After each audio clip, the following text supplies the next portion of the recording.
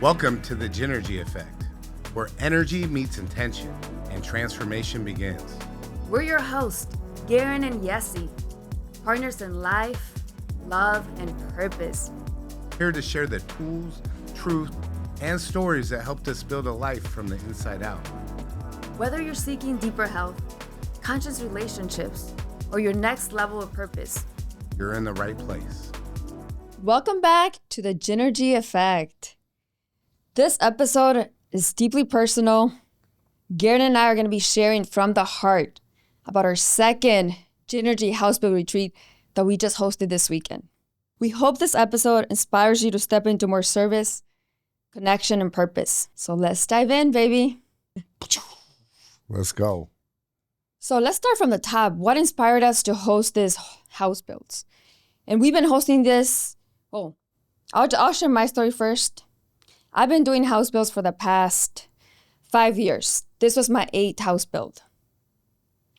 And when we met, and we've told the story a few times, but when we met on our first date, I mentioned that I was going to do a house build.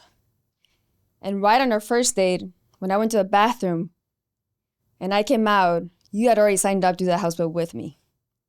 So service became the foundation of our relationship. And we had this incredible alignment because we both believe that life was about something bigger than ourselves, that we were here to be of service, to make a difference, to make an impact. And that bond has grown stronger since we've been working on building Gynergy together, working on building our baby, our business, and making service the foundational pillar of everything that we're doing. And we actually hosted our first Gynergy service retreat in May. So this was a second Gynergy service retreat that we hosted together. You want to share more a little bit about your inspiration? No, it's just amazing. I love listening to you tell the story. But, it's funny when you went to the bathroom, it was like, man, I got to secure the second day here, sign up for the home build. Garin's very smooth. Take action is what it's all about. Yeah. And, speaking about the why, before we met, I was going down to Mexico to volunteer at the orphanages. And it was one of the catalysts that really shifted me being from a pretty dark place, going through a lot of adversity, and from being at a high to, because of a variety of different things and, just life that just kept coming and kept coming, and then becoming out of alignment with my values. It was the reset for me. And I'm so grateful that I found, a purpose that was bigger than just what I was doing and the light, the lens that I was seeing life through at that time. Yeah. It allowed me to break free of that. And one thing that I noticed when I was going down to Mexico and volunteering at these orphanages, that the women that were down there, their energy was so incredible. Like the love and the heart that they shared and just who they were as human beings, it resonated with me. And I was like, man, my partner, that's the type of person that I desire to become, to attract a partner like that. Yeah. And so when I came back, I wrote down in my journal about exactly what it was that I desired in my relationship, out of a partner. And it was somebody that lived a life bigger than themselves, that understood their values, they do mine, and like we would be like a real like understanding of the values that were important to us. And then when we went on our first date and you shared that with me, it was right after I had written that down. So it was very obvious to me that this was something that was, Yeah. And I want to note that I was a little hesitant to go on the first date with you. I didn't make the decision to go on the date until I saw a picture on your Instagram of you volunteering at that orphanage in Mexico that you mentioned when you were at that crossroads. So if it wasn't for that picture and that connection, I don't know that we would have gone on our first date. So even before our first date, we had a connection through service. Yeah. So guys, if you're thinking about, doing some service stuff, may not just be like what it does for you, but it also the people that it attracts into your life. Yeah. Maybe you find your Yesi through it. And for me, I feel like I was fortunate that I was exposed, introduced to service at a young age. I'd been volunteering since I was in high school, going back to elementary schools. And part of that reason was because I was born in Mexico. and I moved to the United States at the age of 6. My family left everything behind in pursuit of the American dream. So from a young age, I saw like the struggles, I saw the adversity, and I always felt inclined to help others. Like I felt like it was something that was in me, and I feel like it was I was very fortunate in that I was exposed to it at an early age. And as I grew up, even in college, I was doing high school outreach. But when I started going on these house builds, the transformation that I experienced in these builds was like nothing that I had ever experienced. I felt like I felt God working through me, and I felt a sense of like gratitude and perspective at the same time, while also being reminded of where I came from and like what it really means to like make someone feel seen and valued, and that their lives matter too. That's right. So what does it mean to go from when you were volunteering to now you're facilitating the volunteering of other people? Yeah. So it has been a shift going from being a participant, a volunteer in the builds, to facilitating and hosting. I feel like this experience for me has been very special to see a lot of our friends and people in our community to experience it for the first time.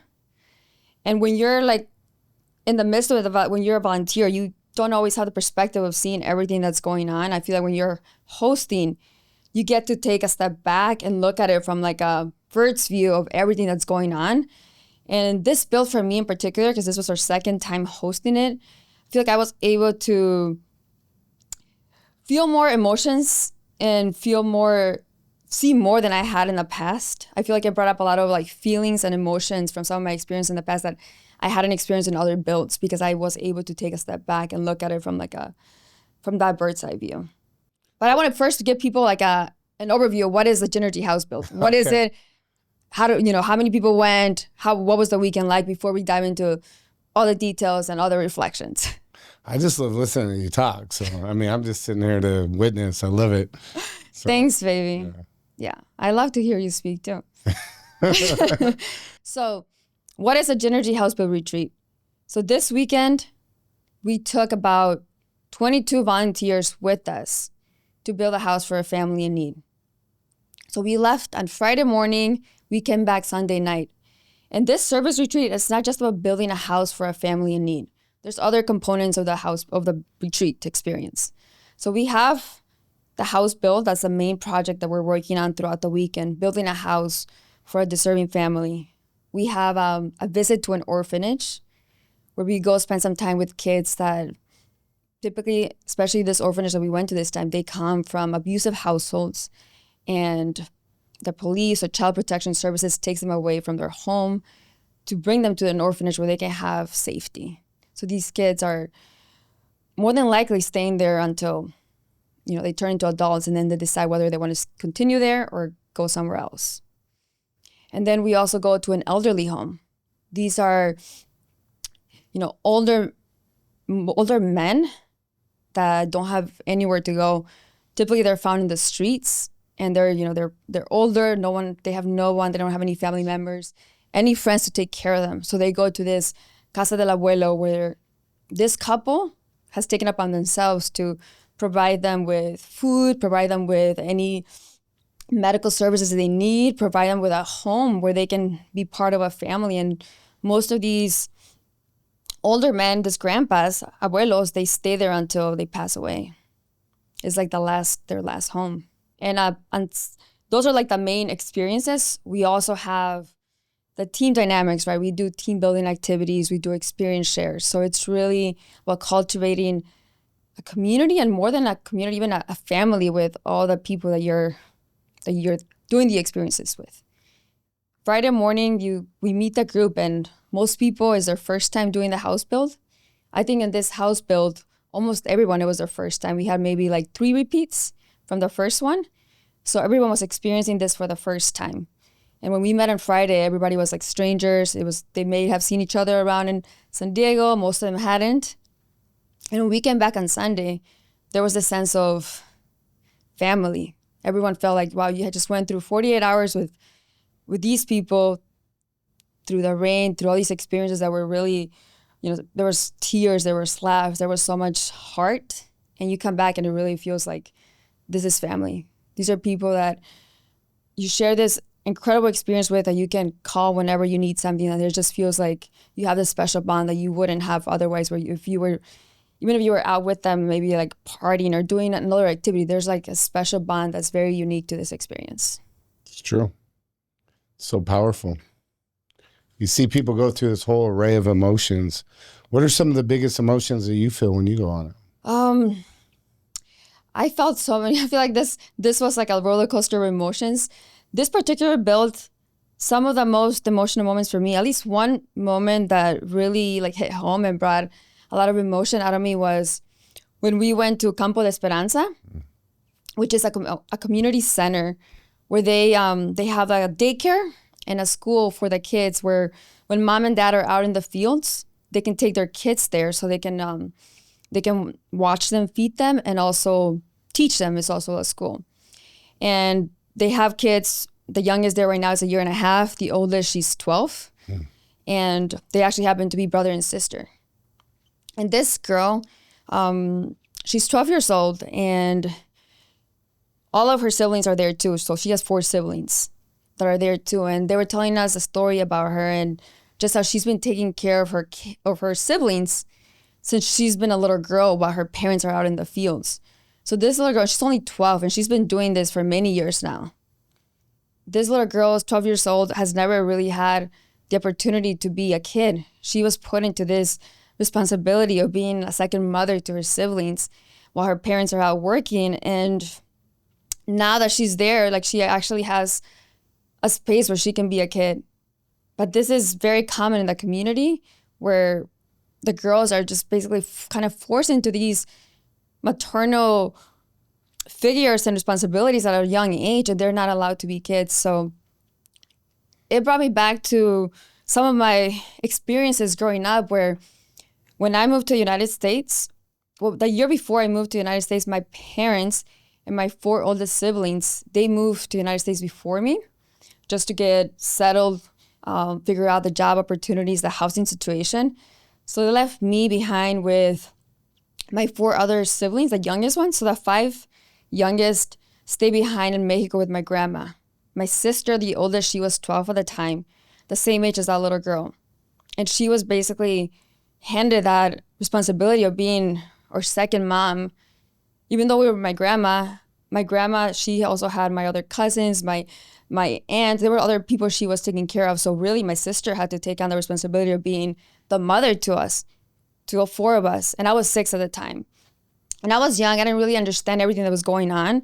I just knew my parents kind of left us with my sister. And it really took me back to that time and really, like, thinking how hard that must have been for my sister to be given those responsibilities. And realizing that's what, in that community, that's what happens all the time. And these girls, they never really get to experience being like a child and what it does to you growing up. And I definitely saw that in my family with my sister, how that experience definitely caused some trauma in her, where growing up, she was always a little more scared, a little more shy. When we moved to the United States a year later, she was probably like 13 years old, so pretty young still. And she struggled to learn English. Like, to this date, she doesn't really speak English very well, even though she's been in the United States since the age of 13. So I think that experience really, like, put her in a state of fear, of constant fear.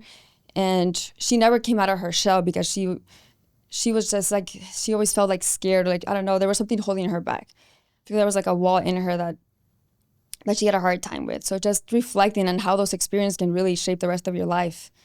And us going down there and spending time with them, making them feel seen, how that can shift things.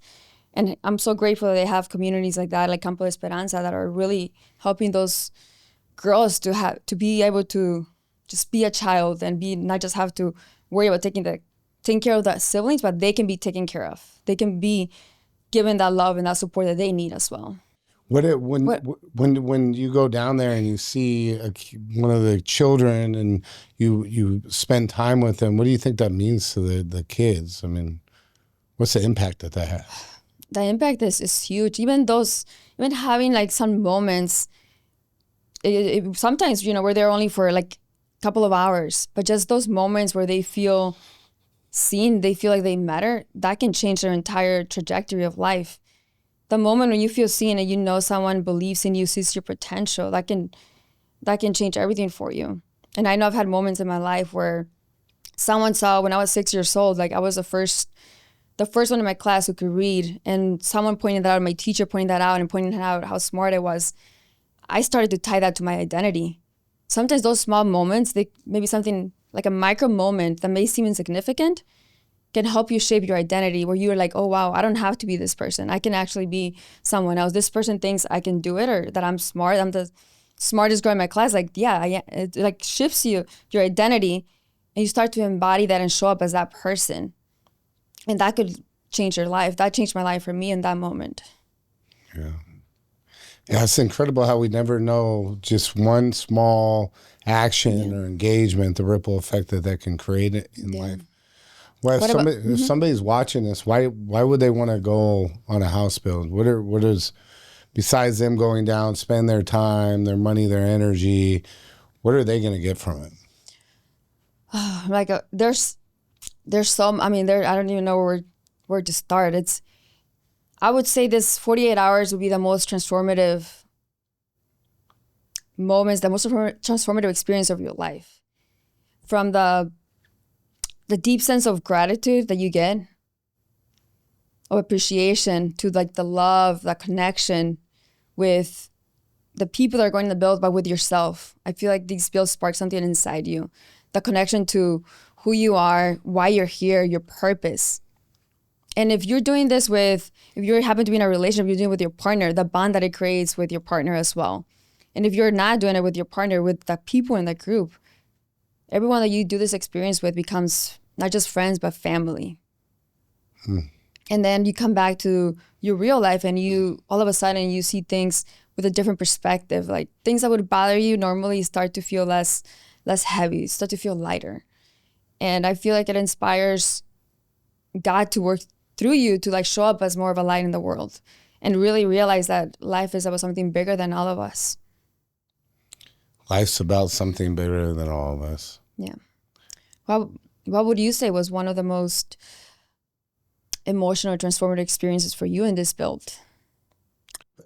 Yeah, there's so many different, I mean, there's like micro moments and macro moments, and just, we've started to really develop some relationships with the kids down there, and to see their reactions when you see them again and know that your time and energy mattered and it really resonated. Like you can't fake that. And that's something that every time you go, there's just for the small amount that we put out for time and everything, the return, you don't experience that here very often. Yeah. Like it's in these, the people there in such, like people would never want to be in their circumstances, but they're still so happy and grateful for just the little things. Yeah. And you had a moment with one of the girls there when we were at Campo Esperanza, who we've seen every time we go down to Mexico. I think this was like her 4th time seeing her.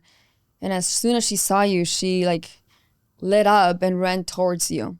And the whole time you were there, she didn't want to let go of you. Yeah. So you may think you're not going to make an impact or you're not be remembered, but like they remember. Like it really does make a difference. Yeah, it does. And then we went down, we saw the family that we did the last build for, and just that connection and the amount of gratitude that they showed. And it's really, and you just can't explain it until you experience it.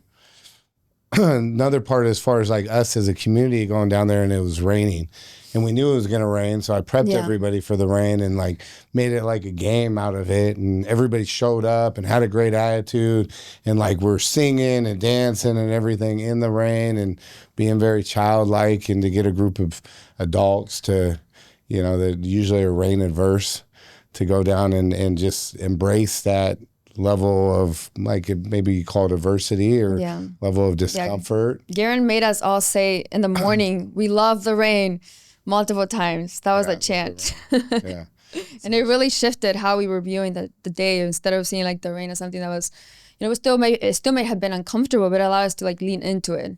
Yeah. It's like being a kid again. Yeah.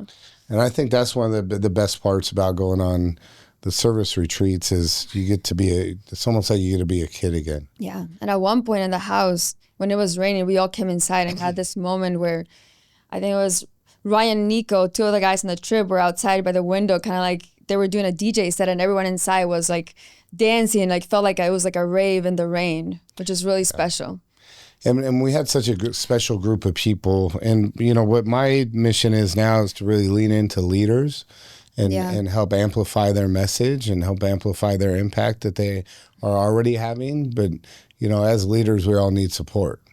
And, you know, I think what we saw is leaders and their message or their impact was amplified. Their energy was amplified. And I love that. That's, you know, that's what, you know, as we go through this journey of Gynergy and Level 5 Life and the service retreats, it becomes more and more clear that the people that I desire to feed into are people that desire to also create impact, the people that are also leading other people.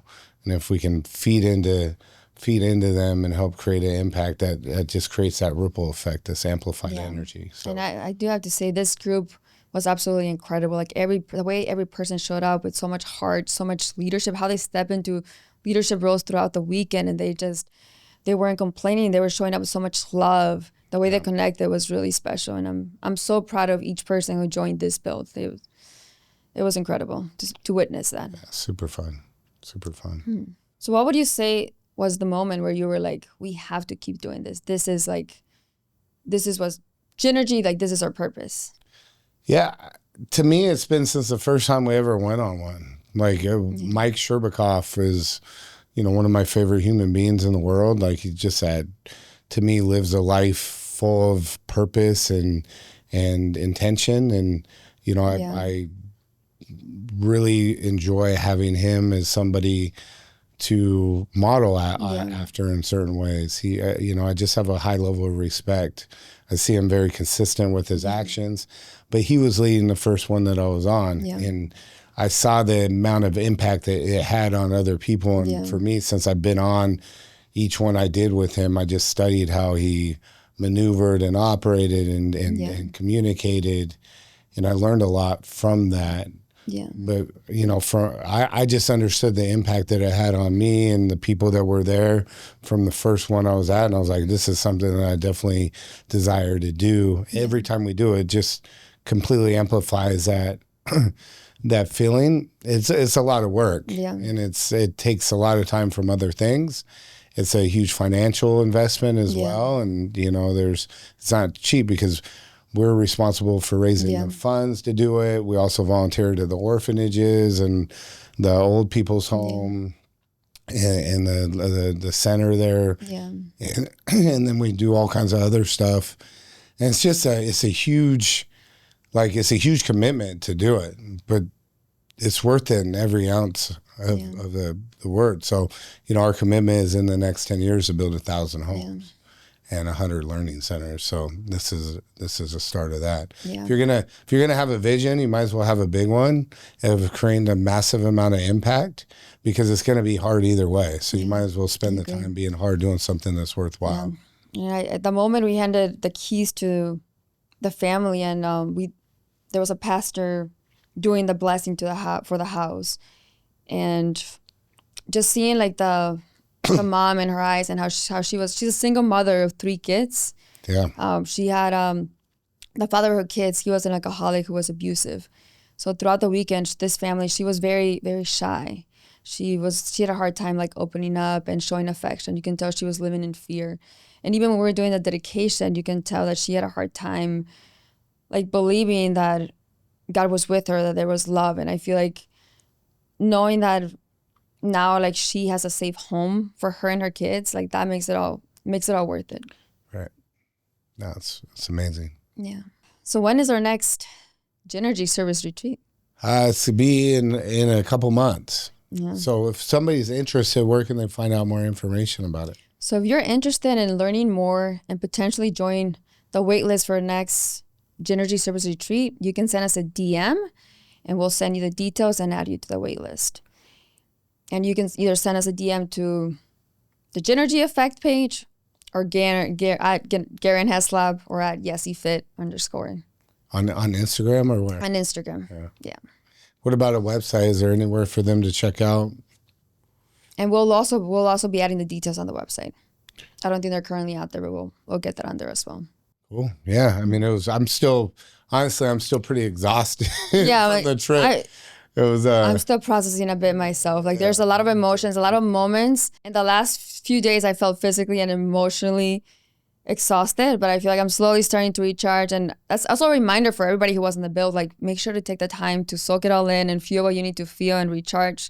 There's no rush. And that's the beauty of this experience, that it helps you to be more intentional about being in the present moment and just allowing you to feel what you need to feel. I want to end with a quote. Your energy is your power, and when you give it away in service, it multiplies. And that's the Gynergy Effect. That's right. That's Gynergy in action. Who said that quote? I did. I just said it. You just said it? That's you made that quote? I love that. It's a powerful quote. Like I did. That's by Yesi Magana. Yesi Magana. Read it one more time. Your energy is your power, and when you give it away in service, it multiplies. Wow. Love it. Let's go. Well, thank you all for listening, and we look forward to seeing you in the next episode. If this episode spoke to your soul, share it with someone you love and tag us at the Gynergy Effect. We'd love to connect. and remember, your energy is your power. Use it with intention.